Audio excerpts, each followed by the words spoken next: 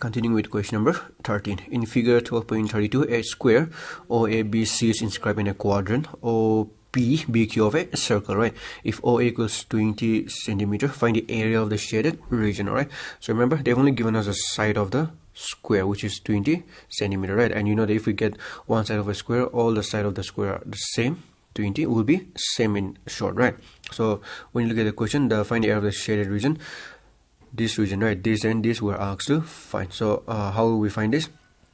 Area of the quadrant or area of the sector minus area of this square here, right? When I subtract those two areas, I'll get this shaded region, right? That is what we'll be doing. But you'll notice here that when we try to put it in the quadrant formula, 1/4 pi r square, I have to know the radius, right? The question did not give us a radius, right? Radius means what? From here till here, right? See, I can draw a full circle if I want to, right? Since we don't know the radius, for now we'll take it radius to be equal to OB. Alright, so same thing, right? I can still draw a circle from here. Alright, so we'll try to first find the radius or OB. Okay, so how do you find? By using the Pythagoras theorem. Why? Because when you look here, can you see a right triangle?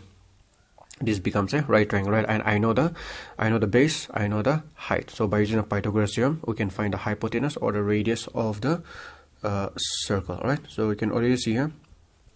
Yeah, I have written in right triangle OAB.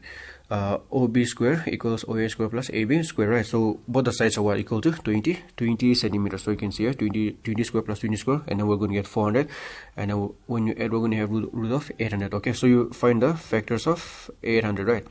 2 into 400, 2 into 200, like that. When you find the factors, this is what we'll end up getting. Okay, so for me, you can see that I can take out 1, 2, and then 1, 10 because they are in pair, right? Their square is there, right? So I'll have a what? 10 to the 20 root 2 centimeter. That means now I know the radius. Okay, this radius of the circle. Now, like I said, we just have to subtract them, right?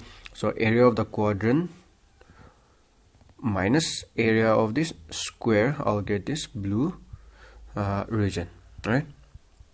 So when you look at the formula, I can see I've written area of the sector or simply quadrant of a circle, right? Minus area of the square. So 1/4 pi square, side square.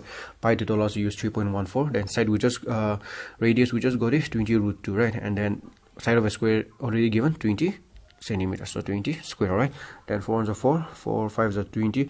When you multiply root 2 into root 2, we'll simply get 2, right? So now we'll be left with this. So when you multiply this, we're going to get 628, then 20 square is 400, right? Subtract these two and we're going to get the area of the shaded region to be equal to 228 centimeter square.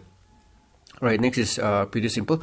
We also find is region, right? So we just have to what? Area of the bigger sector, this is the bigger sector, minus area of the smaller sector. When I subtract, I'll get this shaded region. Alright, so they've given us the radius. The bigger radius is how much? This is bigger radius is 21, the smaller radius is 7, right? They've also given us theta, which is equal to 30. So everything has been given, just have to put it directly in the formula of area of the sector. Right, so area of the shaded region, I'm trying to find this. Like I said, area of the bigger sector minus area of the smaller sector, right? So what is the formula for a sector? Pi r square theta by 360, which you can see I've already put for both of them, right? Now you can, when you look here, pi is common, theta, pi, theta, you can see they're common, right? Even 360 is common, so I'm going to keep them all together like this. Alright, now I'll be left with a bigger r square minus smaller r square, right? Then can you see that this is in the formula a square minus b square, which means I can simply write a plus b, a minus b, right? So 21 plus 7, 21 minus 7, right? Now let's start the division.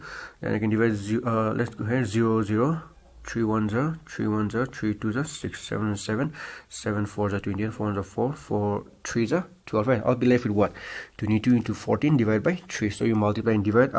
Just leave it like this, okay? Because in the last page they did not divide, right? So 308 by 3 centimeter square, this area, right? Okay, the next question.